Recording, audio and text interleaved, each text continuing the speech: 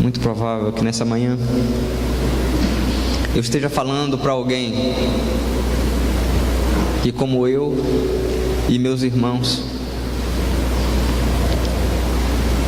quando éramos meninos, sofremos por alguém que nós queríamos muito, que era um encanto na nossa casa, um passarinho. Choramos demais. Pode ser que você tenha perdido alguém. Pode ser que eu esteja falando para alguém que esteja vendo seus filhos se perderem. O pecado separando a família.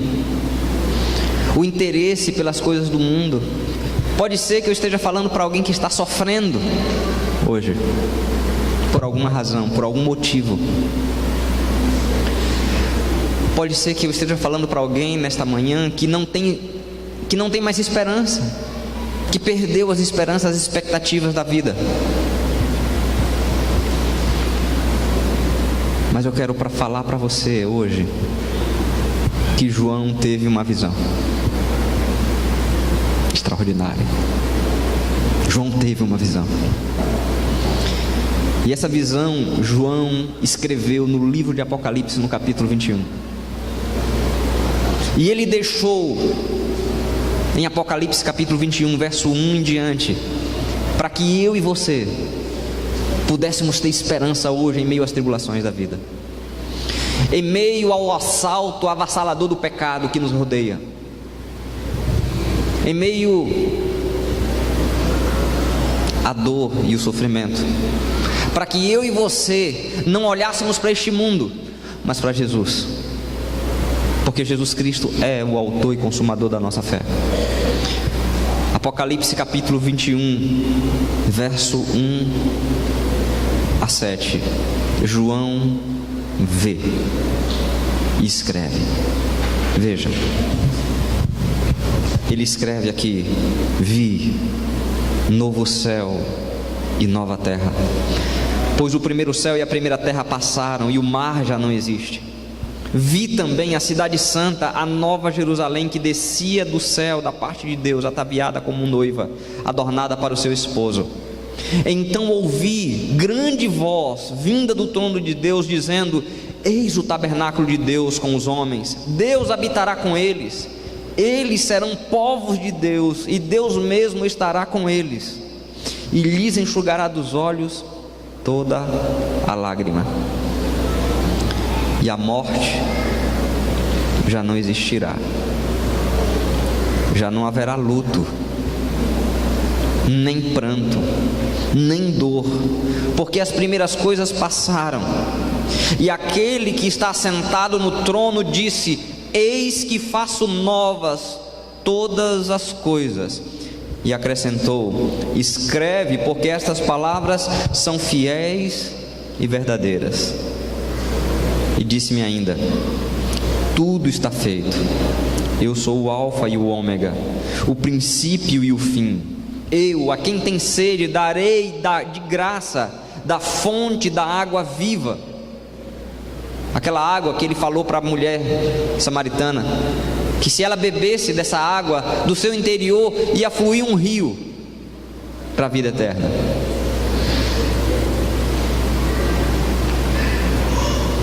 E então no verso 7 ele diz: o vencedor herdará essas coisas, e eu lhe serei Deus, e ele me será filho. Deus tem um propósito e um sonho para a vida de cada um de nós que estamos aqui nessa manhã. Deus tem um plano. Ele não quer que nós sejamos destruídos.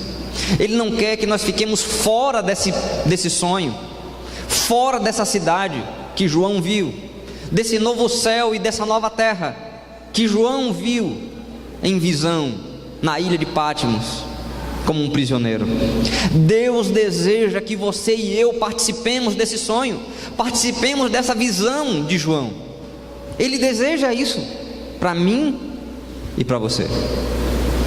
Mas Você pode perguntar a mim: pastor, e como é que eu posso participar disso? Como é que eu posso participar desse sonho? Quem é que vai ficar fora disso? Se Jesus nos ama, se Deus é amor, quem é que vai ficar fora? É interessante que o verso 8 fala: quem vai ficar fora? Tem uma lista aqui, né? Tanto o verso 8 como o capítulo 22 também fala no verso 15. Mas eu vou ler o verso 8 apenas. Quantos, porém, aos covardes, aos incrédulos, aos abomináveis, aos assassinos, aos impuros, aqui ele está falando de impureza sexual, aos feiticeiros, aos idólatras e a todos os mentirosos, a parte que lhes cabe será no lago que arde em fogo e enxofre, a saber, a segunda morte.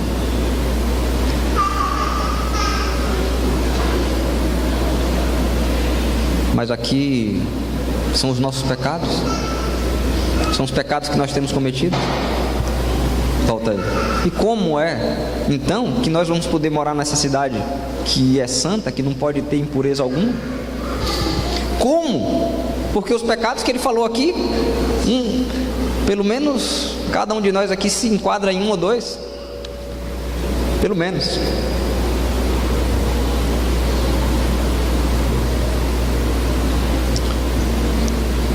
É interessante que João mesmo dá a resposta no capítulo 22, verso 14. Ele diz: bem-aventurados os que lavam as suas vestiduras. Por que lavam? Por que tem que lavar? Por que a gente lava uma roupa? Ela está suja, né? Precisa estar limpa, né? Precisa limpar. Então, as nossas vestes, a nossa consciência, o nosso coração, a nossa mente, ela está limpa ou ela está suja? Está suja, né? Precisa ser lavada. E como é que a gente lava? A Bíblia diz aqui: nós lavamos no sangue do Cordeiro. Bem-aventurado aquele que lava, os que lavam as suas vestiduras no sangue do Cordeiro, para que assista o direito à árvore da vida e entrem na cidade pelas portas. Esse é o segredo. É não confiar em si mesmo, não olhar para si mesmo, para os seus pecados, mas olhar para Jesus, porque Jesus Cristo é aquele que pode fazer a diferença na sua vida. Se você não tem tido forças, se você tem tido pensamentos pecaminosos, Jesus Cristo é a solução. Olhe para Jesus e viva. Olhe para Ele. Jesus Cristo diz a você: vinde a mim, você que está cansado dos seus pecados, você que quer ser salvo, vinde a mim, olhe para mim.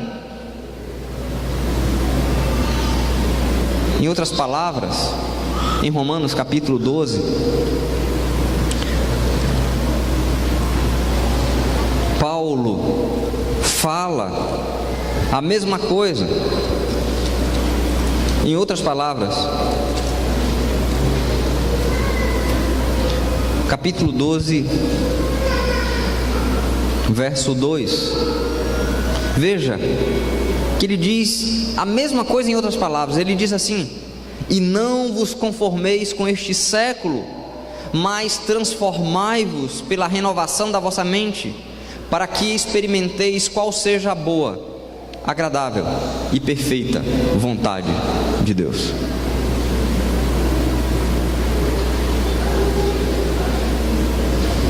Queridos, eu não sei você, mas eu tenho estado muito preocupado com a igreja de Deus e com o tempo que nós vivemos. Porque os nossos olhos estão cegos para ver aquilo que João escreve lá em Apocalipse para Laodiceia. Para nós é a realidade. Nós estamos cegos para ver. E é por isso que João a Laodiceia diz que nós precisamos comprar colírio. Precisamos. Sabe por quê? Porque nós não estamos percebendo a gravidade do pecado e estamos nos acostumando com ele. Isso é uma coisa que está entranhada na nossa cultura, na nossa vida, no nosso dia a dia. E às vezes nós não conseguimos ver como, por exemplo, no passado, não tão distante, as pessoas da Índia achavam uma coisa natural, quando um homem morria, queimar a sua esposa junto com ele. Era normal, todo mundo olhava isso como a coisa mais normal do mundo, mais natural do mundo. E vocês me olham horrorizados, mas para o indiano era uma coisa comum. Assim como eu estava na minha classe dizendo que nenhuma mãe ou pai aqui teria coragem de matar um filho, mesmo se ele tivesse alguma deformação genética ou nascesse com algum problema físico grave. Mas ainda no nosso país isso acontece, em algumas regiões, em algumas tribos indígenas próximas de nós aqui. E para eles é algo que normal. Se você conversar com eles, eles não vão achar que seja errado, mas para você, você fica indignado ao ouvir. Entretanto, muitas outras coisas que nós temos feito e praticado em nossas vidas, Deus não aprova, e nós as fazemos todos os dias porque fomos influenciados diretamente por essa cultura que tem muitas coisas boas, mas a cultura, ela precisa ser testada pela palavra de Deus. Eu fico assustado quando vejo a impiedade ao nosso redor, a injustiça acontecer e homens de bem se calarem. O abuso, o mal avançar em nossa sociedade como nunca. Eu não sei se vocês têm parado para prestar atenção, mas os últimos 7 anos têm sido avassaladores. Está acontecendo uma revolução na nossa sociedade, e isso acontece no Brasil, mas em alguns países já está muito mais avançado do que nosso país. No entanto, o nosso país está caminhando para as mesmas coisas, que é o quê? Você vê o casamento homossexual, a legalização do aborto,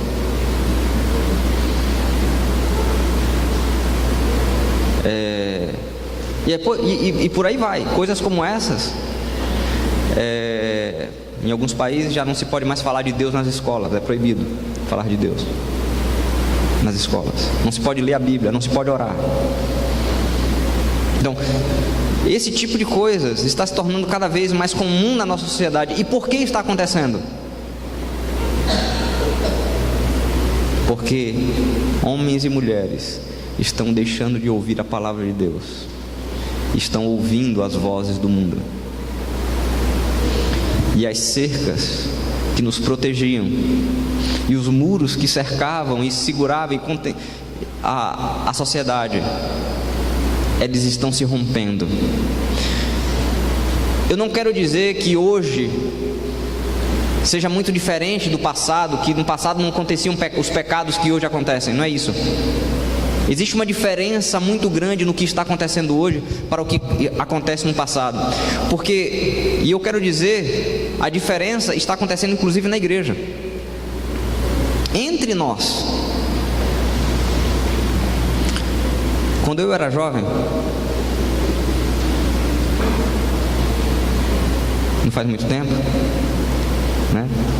Que eu não era casado, não faz tanto tempo assim. Quando a gente namorava com alguém e tinha um namoro assim um pouco mais avançado, do que o normal, do que se devia,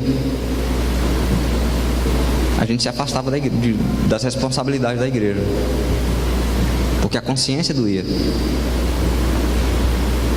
Era assim. Não era assim, Adão? Não era desse jeito? A gente se afastava. A gente tinha vergonha de vir na frente orar, de participar do louvor, era assim. O que eu estou falando, não sei, eu não posso falar daqui de Rolim de Moura, porque eu não conheço muito a vida, mas eu falo de forma geral. Hoje, o jovem, ele mantém relação sexual com a namorada, mas ele vem aqui pregar, muitas vezes. Isso está se tornando comum nas igrejas. Por quê? Porque esse valor da virgindade, da pureza, ele está se tornando uma coisa banal no mundo em que nós vivemos. E pasmem, queridos, toda essa avalanche sensual e da sexualidade que nós estamos vivendo, está sendo bombardeada continuamente para nós e para os nossos filhos, que é um perigo para nós e nossos filhos, tem um movimento fortíssimo que está tentando fazer isso, com que isso aconteça cada vez mais, de uma forma cada vez maior,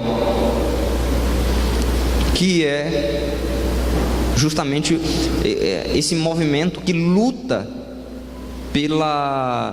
pelas liberdades homossexuais, esse movimento aí, certo? E este movimento, a gente tem que ter muito cuidado, porque nós estamos num momento crítico da nossa nação, então a gente tem que ter cuidado. Por isso que eu estou querendo alertar vocês, e vocês precisam ter muita consciência em quem vota hoje, por essa razão, porque esse grupo, eles não estão apenas a favor do casamento homossexual, não é nada disso. Na verdade, eles estão contra todos os princípios cristãos, todos. Por quê? Se você olha para o movimento LGBS, de maneira geral, a grande maioria deles querem viver casados, fiéis ao seu parceiro. A grande maioria desse grupo é assim que eles vivem. Se você for analisar a história da vida desse povo, eles são altamente promíscuos, eles têm bacanais, eles vivem, e é isso que eles querem para a sociedade. Essa é a visão que eles querem. É isso que eles esperam fazer com seus filhos. E isso que eu estou dizendo para vocês não é algo escondido, é algo que você encontra inclusive na literatura deles.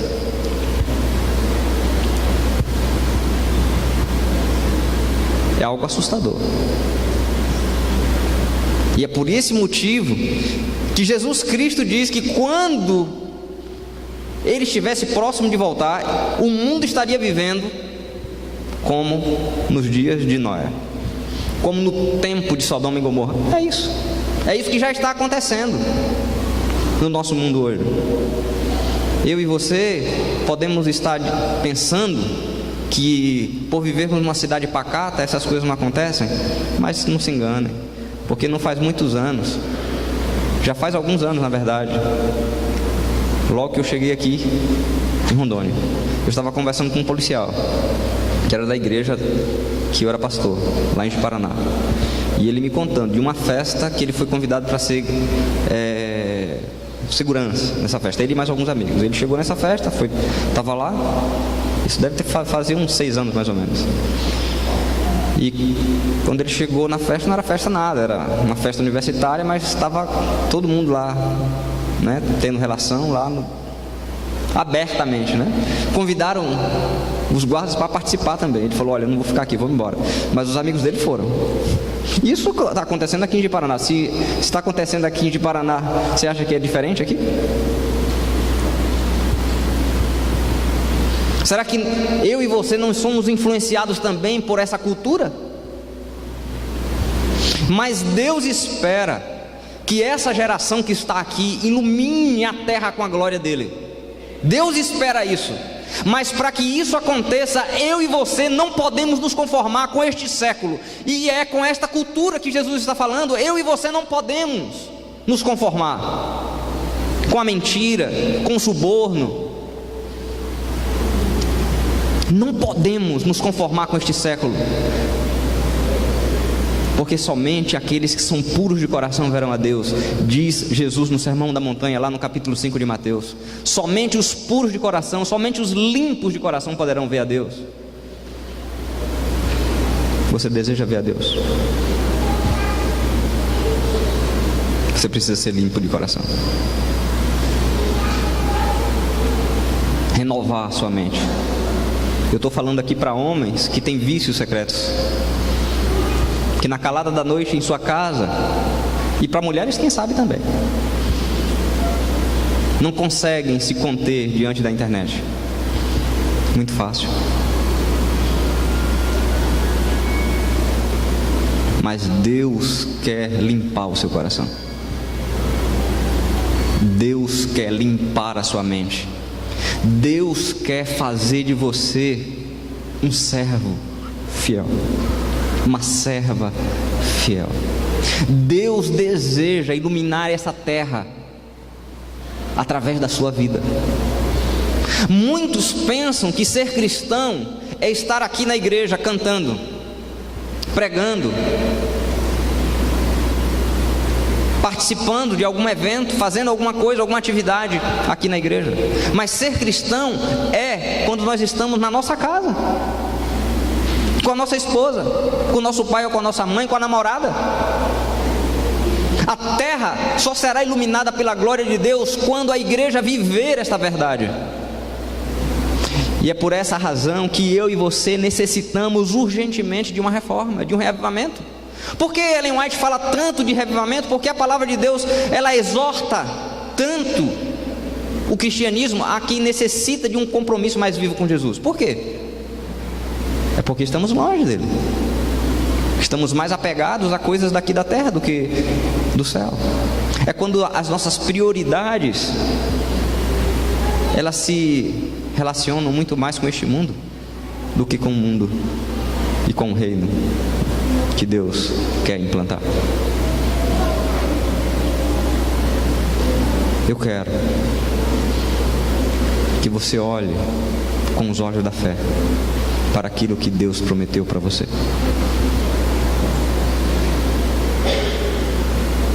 Olhe e veja o que é melhor. É o que o mundo te oferece?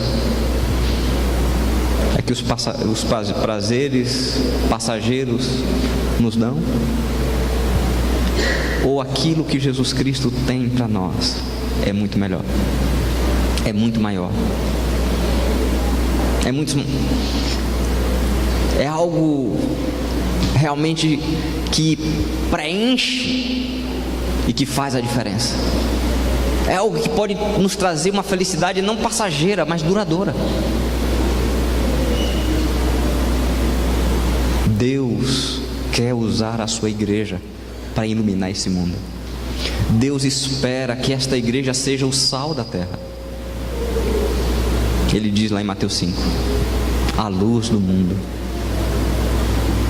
Mas é por isso que eu e você não podemos nos conformar. Precisamos dessa transformação, precisamos dessa renovação de mente, de hábitos, e experimentemos a vontade de Deus. E tudo isso precisa acontecer aqui na nossa mente. Toda a transformação precisa acontecer aqui, ó. Porque a grande guerra, ela está acontecendo aqui, na mente de cada um de nós. O que será o seu futuro? Você estará salvo ou perdido? Depende das escolhas que você faz hoje, daquilo que você vê, daquilo que você ouve, daquilo que você fala.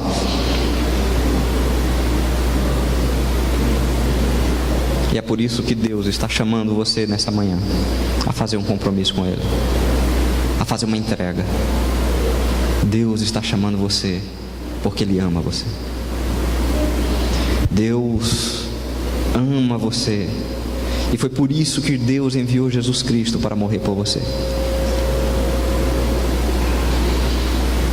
Quando Abraão foi sacrificar seu filho Isaque em cima daquele altar, ele viu tamanho do amor de Deus por nós.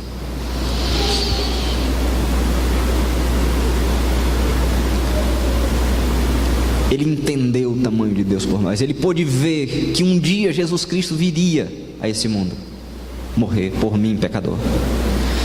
Mas não devemos nos esquecer que a morte de Jesus foi o preço da minha vitória também. Não só da minha salvação, mas na morte de Jesus, eu e você podemos ter a vitória contra o pecado.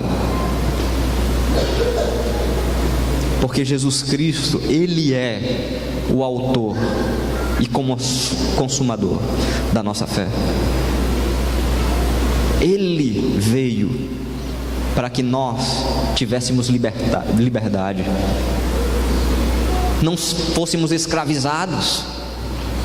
E é por isso que a palavra de Deus é clara em dizer que se o Filho nos liberta, nós somos livres. Verdadeiramente, somos livres.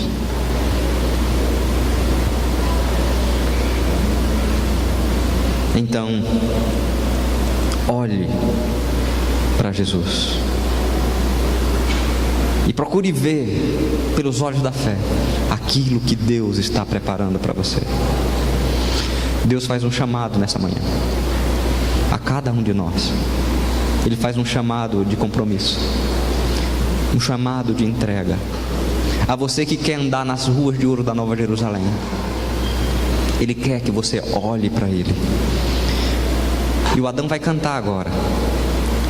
Enquanto ele canta, se você também não está conformado com a cultura que você vive, se você também quer andar na cidade de ouro da Nova Jerusalém, se você realmente odeia o pecado, você deseja ser transformado por Jesus,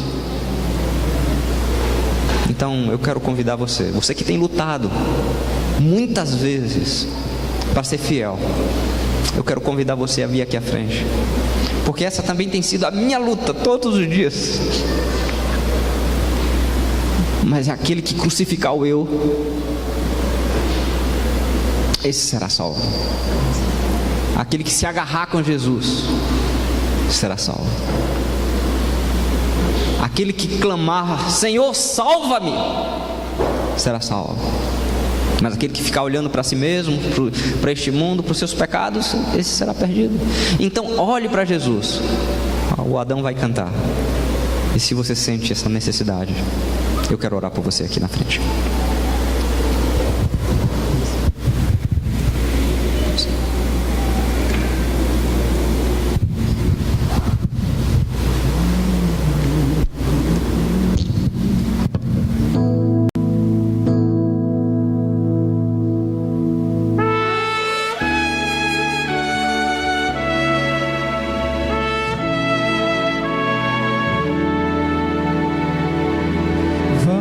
Sobe ao monte, foi a ordem da lei. Mas desta vez, cordeiro não havia no altar. Seu filho ali curvado estava em submissão. Sua vida era o preço do louvor.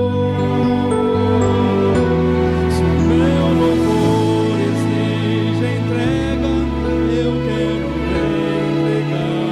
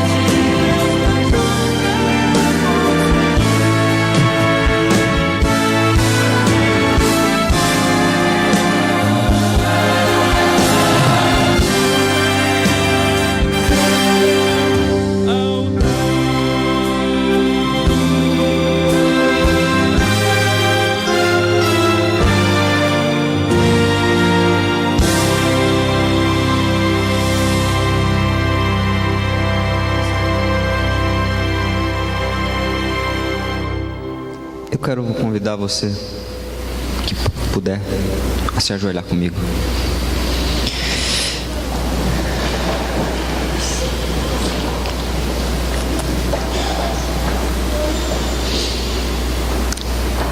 Senhor, tua igreja se ajoelha diante de ti e temos a nossa fronte curvada porque não temos coragem de levantar os nossos olhos.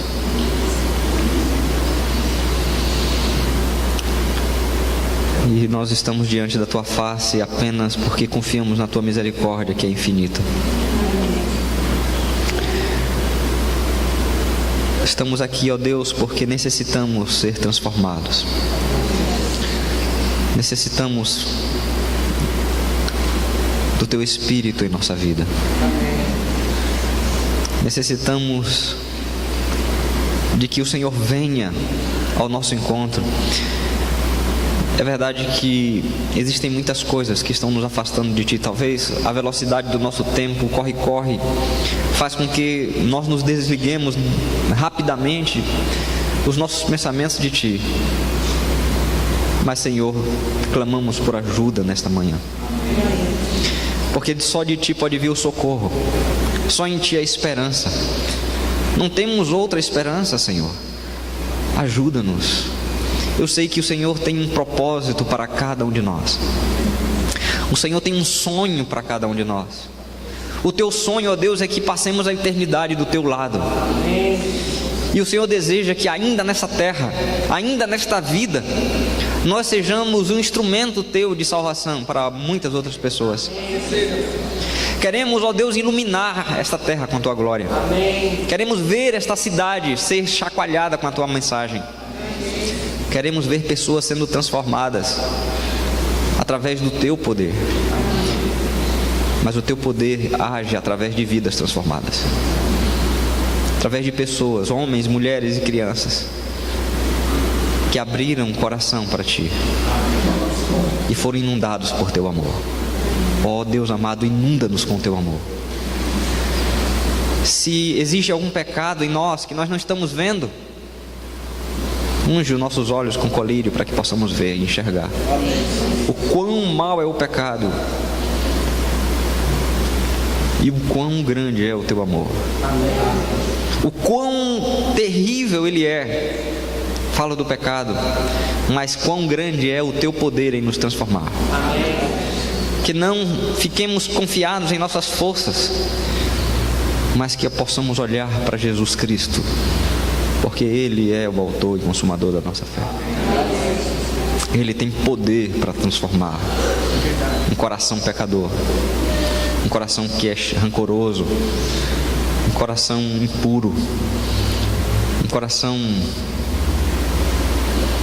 que só fala palavras duras e ferinas, em um coração que ama, um coração puro, um coração verdadeiro, um coração fiel.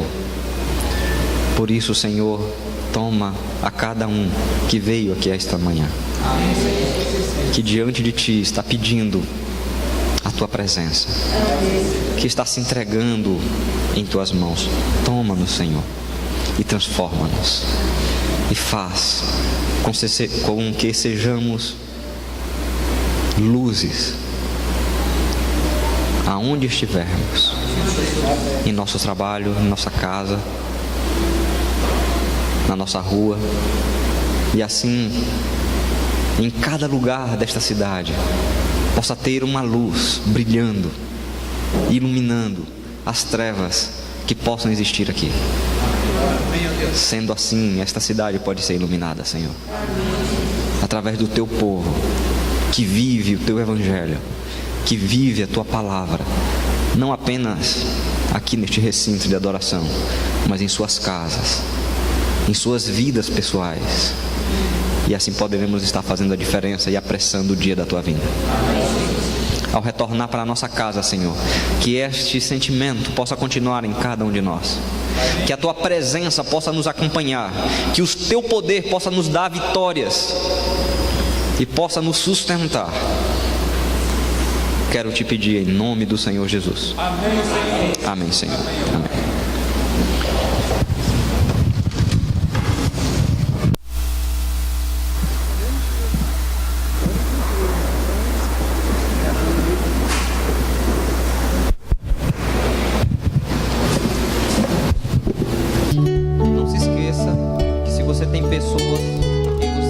quer que nós oremos, escreva na lista que você recebeu e entregue na porta. Ainda há tempo, ok?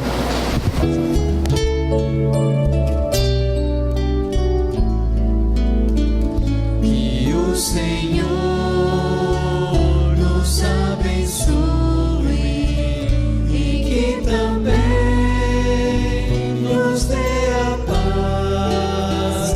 Que o Senhor